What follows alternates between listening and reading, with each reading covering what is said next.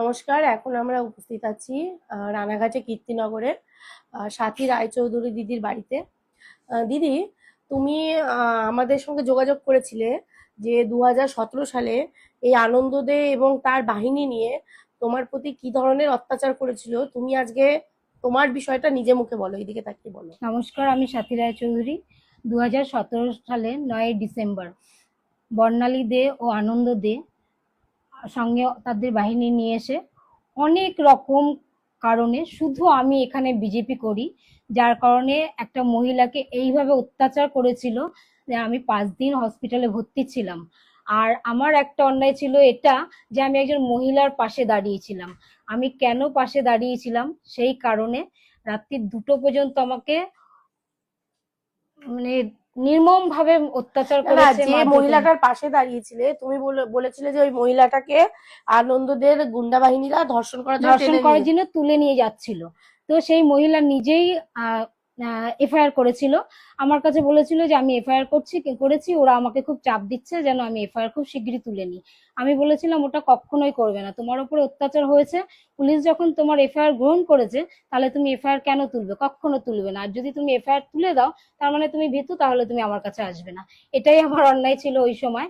আর তার কারণে প্রথমে বর্ণালী দি তার পুরো বাহিনী নিয়ে এসে লেডি গুন্ডার দল নিয়ে এসে প্রথমে আমাকে সন্ধ্যে 7টার সময় মেরে যায়, এবং তারপর আনন্দ দে তার বাহিনী নিয়ে এসে সঙ্গে পিন্টু দত্ত, কৃষ্ণ দে, চিরণ, আরো তাদের অনেক বাহিনী যাদের আমি সবার নাম জানি না, আমাকে রাত্রি 2টো পর্যন্ত আমার সন্তানকে, আমার স্বামীকে মাটিতে ফেলে এলোপাথারি লাথি মারতে থাকে আমার সিজার পেটে।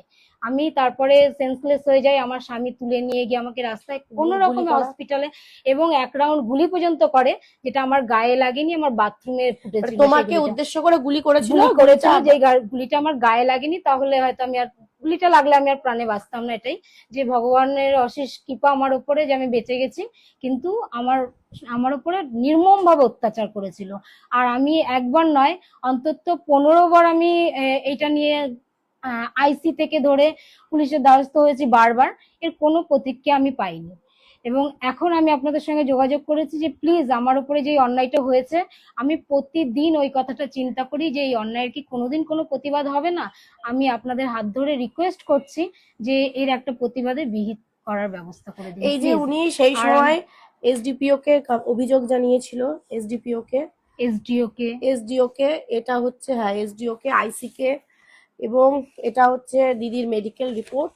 দিদি যেটা আমাদের কাছে বলেছিল যে ওনাকে চরমভাবে মারধর করেছিল রাত্রেবেলা আনন্দ দে ফেলে, এবং শরীরের সব জায়গায় মানে চিড়ে চিড়ে গেছিল, এত রক্তাক্ত অবস্থায় উনি রাত্রেবেলা এখান থেকে যাচ্ছিল। তারপরে বলো, তোমাকে কেউ নিচ্ছিল না? কোনো ভ্যান থেকে ধরে আনন্দদের নাম শুনে কেউ পাশে সাহায্য করছিল না।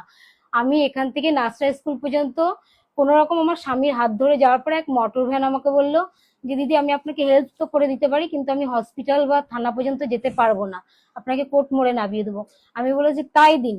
আমি আমার স্বামীর সঙ্গে কোন রকম থানায় গেছি, ওখানে একটা লেডিস কনস্টেবল পর্যন্ত আমাকে কেউ এসে হেল্প করেনি।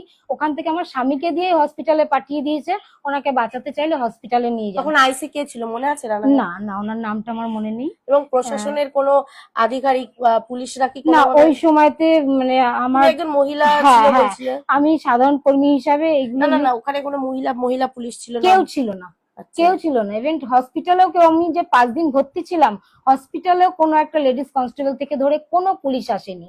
এবং আমি অনেক রিপোর্টারকে পর্যন্ত ফোন করেছিলাম যে আমার উপরে এরকম, আনন্দবাজারকে ফোন করেছি, শঙ্কু ঘোষ বলে একজনকে ফোন করেছি, রঞ্জিত বলে একজনকে ফোন করেছি আমি। ওরা সবাই প্রত্যেকেই আনন্দদের নাম শুনে সরে গেছে। একজন রিপোর্টার আমাকে পিছন থেকে হেল্প করেছে সব রকম ভাবে, কিভাবে কি করতে হবে, নাহলে আমি এখানে বাস করতে পারতাম না। সেটা হচ্ছে তাপসদা আমাকে হেল্প করেছে। আমি তাপসদার সাজেশন নিয়ে যেভাবে কার কাছে কিভাবে জানাতে হবে সেই চিঠিগুলো করাতে আজ পর্যন্ত আমার উপরে আর দ্বিতীয়বার না। বর্ণালীতে যেদিন রাত্রেবেলা প্রায় 100-150 মহিলা নিয়ে তোমাকে রাস্তার মধ্যে কিভাবে মেরেছিল? প্রথমে আমাকে বাড়ি থেকে ডেকে নিয়ে গেছিল যে কেউ ডাকছে বলে।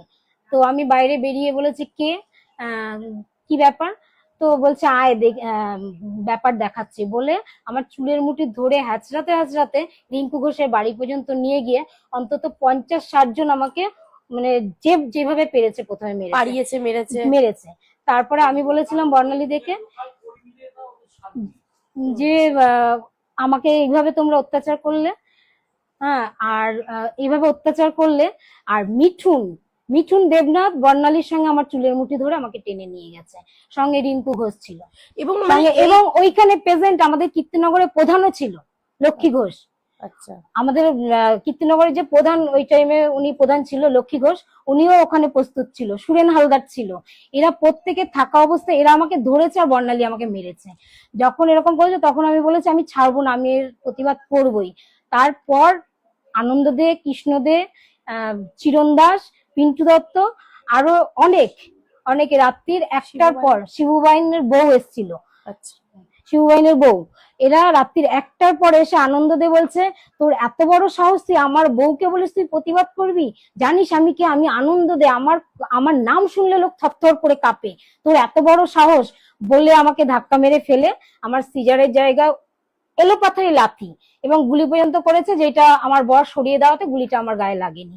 আর আমার মেয়ে থেকে ধরে আমার ছোট বাচ্চা কাঁদছে, আমি বলেছি আমার বাচ্চা কাঁদছে, বলছে মরে যাক, 1.5 বছরের বাচ্চা। 1.5 বছরের বাচ্চা, বলছে মরে যাক, তোকে চিন্তা করা উচিত ছিল যে তোর যখন বাচ্চা আছে তাহলে তুই কেন অন্যর সঙ্গে নাক গলাতে গেছিস অন্যর ব্যাপারে, আর তোর পার্টি করা, তোর পার্টির কে এসে বাঁচায় তোকে এবার দেখবো।